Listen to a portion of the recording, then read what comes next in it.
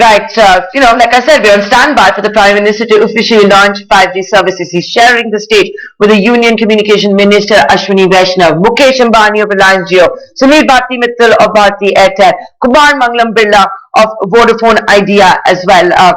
They're all going to be showcasing how their networks are 5G ready. What's of course very crucial to watch out for, and this has been a promise by the government as well as Reliance Jio, that we're going to have an indigenous network. There's a lot of chatter ahead of the 5G auction, should the Chinese company Huawei be allowed. We saw a lot of chatter on that, in fact, globally. And what India is hoping to do is, of course, provide a new alternative to the world. 5G in India and to the world, which will be of an indigenous system, which is being put together by Reliance Jio in collaboration and in joint venture with Qualcomm. It's also roped in Samsung for that.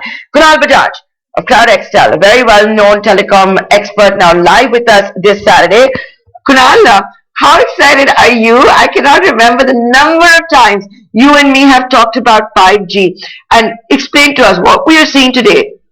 How true is it to what really 5G is? Because let's face it, no country in the world right now has a full 5G network. Hi, good morning. No, it's great to be here. Participating in the launch of this amazing milestone. And you're right. You can't think back to how many major milestones we've had discussions on, and how many times we've spoken about and anticipating 5G. I think obviously we're all very excited because it is a major leap forward in a technology for the country. It's time has come. But I think what's really going to be very key is all of the new use cases that are going to be coming out. It's not just about a faster 4G. It's about all sorts of new applications that consumers will be able to really take advantage of. And we saw the video revolution taking place when we went from 3G to 4G. And I think the future is all about the next stage of revolution as we adopt 5G and move into areas like IoT, AR, augmented reality, virtual reality, high-end gaming and things like that. But also a lot of the economic revolution that we expect to take place because of, very specific advancements in industry and health and things of that sort. So this is really a great beginning for the country and for the future in terms of, what it all holds. So Kunal, let's talk a little bit more about what we can expect in the short term.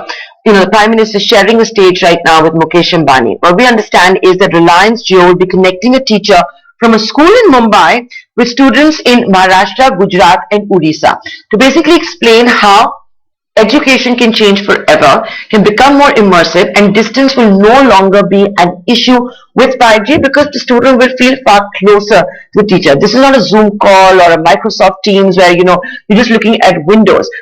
Talk to us more about this kind of a use case, and from all likelihood, or at least the public comments that have come in, Reliance Jio may be first off the block with 5G, if one were to go by the speech on Mukesh Ambani at the annual general meeting in July.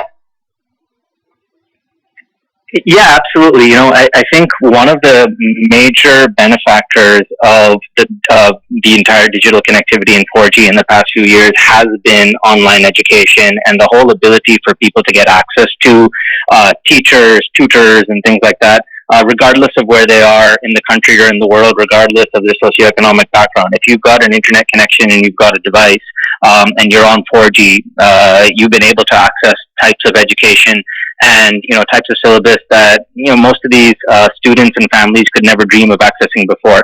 Now you take that to the next level, right? Which is, it's not just like you said, a Zoom call or a YouTube video which you're streaming and watching, but you're actually getting immersive. And so a lot of the things that you learn and you experience, if you can experience those in 3 dimensions, if you can actually interact with your teacher on a real-time basis, if you can play with manipulatives as if you're actually using those things in real time in a real classroom, that really enhances people's ability to learn, and it gives you that access to, again, curricula and types of education environments that you would have never had access to if you were sitting potentially in a tier 2 or tier 3 city. And I think this is a real great leveler, a socioeconomic leveler, to be able to bring people up in society and give them access to opportunities for their own potential growth.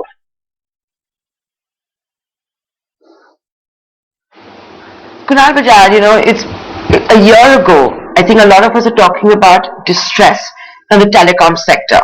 And what we saw was intervention by the government, where it allowed deferred payments. It finally went ahead and solved that massive issue of AGR, etc.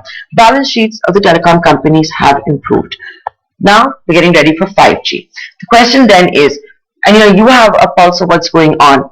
Do you think this time round, if Indian consumers want to use 5G, it's going to be at the kind of low prices we've all gotten used to for 4G, 3G, 2G? Yeah,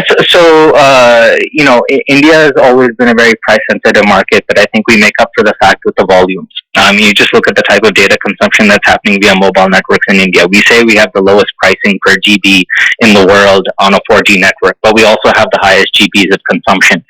So I think the both industry ecosystem in terms of vendors, service providers, as well as telcos have really realized that in order to create massive growth in this country, you have to get pricing right. And that's one of the major advantages that I think Jio really brought to the table, which was this ability to come in, disrupt price, and then massify the access to broadband technologies through their 4G, and then really creating that massive growth in volume. We saw the same thing happen in voice. The growth in 2G really was accelerated when voice pricing came down, and then we saw people go to flat rate plans even on voice with unlimited incoming, and then you had the whole missed call generation and things like that. So really, for 5G to also succeed, we're going to have to keep in mind that pricing is highly sensitive in this market, but it gets made up for by volume. Obviously, early adopters, early launches of the network, like we've seen in 3G and 4G, will have potentially higher pricing plans because we need to justify the early investments into the network and get early adopters with higher end devices and handsets onto the network. But over a period of time, it will normalize. Maybe the normal will be a slightly higher level than what we've seen in the 4G world. And I think that's what the telcos are hoping for, because they do believe that there needs to be another round of price increases and ARPU increase over time.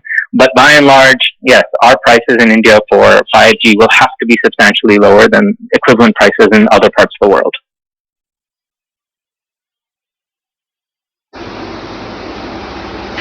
Kunal, I want to ask you a very basic question also for the benefit of viewers. We've discussed pricing. Now, if they want to use 5G, will the existing smartphones that they have be able to do that? The smartphones that today are being marketed, and many of them on, during the Diwali sale time, say 5G, are they truly 5G enabled? Or if they want to enjoy 5G, will they have to go beyond the phone and also maybe invest in a virtual reality handset? I'm asking you all of these questions because I think a lot of our consumers will be having, a lot of our viewers and consumers of future for 5G will be asking these questions. Yeah, absolutely. No, that's a very good question. I think the early use cases of 5G are going to be basically faster internet, right? So you will be able to access, maybe rather than a lower definition video with the bandwidth available, one will be able to access higher definition videos.